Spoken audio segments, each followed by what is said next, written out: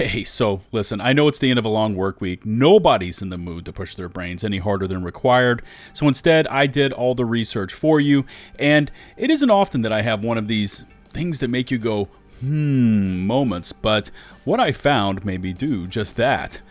What's going on, everybody? It's LtBuzzLitebeer, and welcome back to my channel. And one of, if not the most common comments I see on a daily basis is dead game. Sometimes even spelled DED game, of course referring to the Division 2. But what I'm about to show you may not change your minds completely, but it will certainly stir the pot just a bit. Before we get into this one, I just wanted to let you know that your continued support for the channel is just overwhelming. Earlier this week, the channel passed 105,000 subscribers. Last night, it just blew straight past 106,000, and it just keeps on climbing. Again, the subs, the comments, the overall action on the channel is just staggering, and I didn't want that to go unnoticed. So, thank you. In case you aren't yet a sub, please smash that big, beautiful subscribe button and ring the notifications bell to receive my latest upload alerts. Don't forget to set your notifications to receive all, really important on that point, or YouTube will default to only occasional alerts and you could miss my latest upload. Here comes another unscripted Division video, so sit back and enjoy.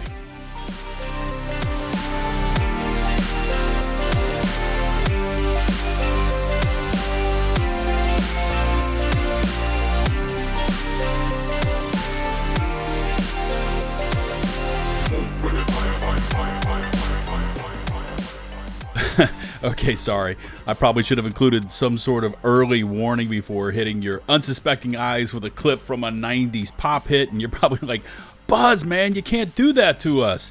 Again, sorry. So, anyway, here's what this whole video is about. We know that the Division franchise was recently added to the Steam library, right? Not exactly breaking news there, I know, but here's the hidden gem in all of this, which not many people know about. You see, Steam actually reports real-time player counts for any game on their platform. It's one of the things they're known for, and this is something we actually don't get with consoles, or even like how I have to launch and play my Division games, which is to launch the game through the Ubisoft Connect launcher, which has its own set of issues. Anyway, Ubi closely guards those numbers across every platform. This is not normally information that anyone would be able to get a hold of, but with Steam, we get just this little snapshot into every player count and every game that they have on the platform.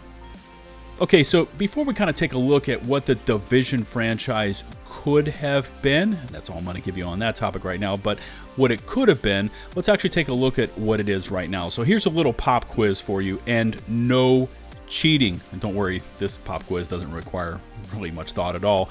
Which of these two games has more concurrent players over the last 24 hours on Steam? Here's the two choices: Battlefield 2042 or The Division 2. Again, no cheating. And there's your answer. Jeez, I never would have believed it, but there it is, black and white. The Division 2 outpaces Battlefield 2042 for concurrent players on Steam. Okay, for question number 2, why don't we mix it up a little bit here? Why don't we throw into the mix Warhammer 40K Darktide? I know it's a way different genre and style of game, but it's a new release. It's pretty popular, right? What do you think? Division 2 or Warhammer 40K Darktide? There's your answer. Darktide just outpaces Division 2, so if you pick Division 2, you actually got this question wrong. But, I mean, we're talking about a way different style of game that was, released back in March 2019 and just was introduced over to Steam versus a fairly new release. Warhammer came out a month ago? So, not that far off. And just for grins and giggles, here's a good one. Why don't we throw in the Callisto Protocol? Way different game, right? Banging graphics, horror, sci-fi. You've got Josh Duhamel as the lead character. Surely the Callisto Protocol crushes the Division 2, right? You are way off. Wow, this came out earlier this month and it's not even close. Division 2 crushes the Callisto Protocol.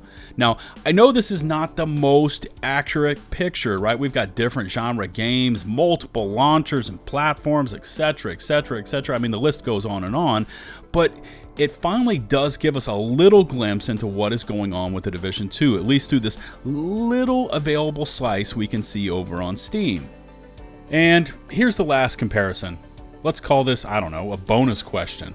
Let's stack up the Division 2 against the IP that I so frequently see down in my video comment sections, Destiny. And no, I'm not joking with you. By far, the game I always see in my comment section is Destiny. Imagine if the Division had the backing that Destiny did. Imagine if they just gave this franchise the Destiny treatment, and so on and so on. I know, you've probably seen those comments before. Anyways, here it is. Destiny is currently just over 80,000 peak players over the past 24 hours. And just so you know, Destiny is actually in a bit of a low point right now. Their Steam player counts are frequently into the upper 100,000s, if not into the 200,000 range. And this is just on PC. Remember, this does not include console. And of course, the moment that we stack the Division franchise up versus the Destiny franchise, it opens up a whole nother can of worms. A million other questions are brought to the forefront. And there's, of course, a lot of what ifs in this scenario, but let me just kind of air a few of them out. What if massive, and dramatically more important in this conversation, Ubisoft, because of course Ubisoft controls the purse strings here.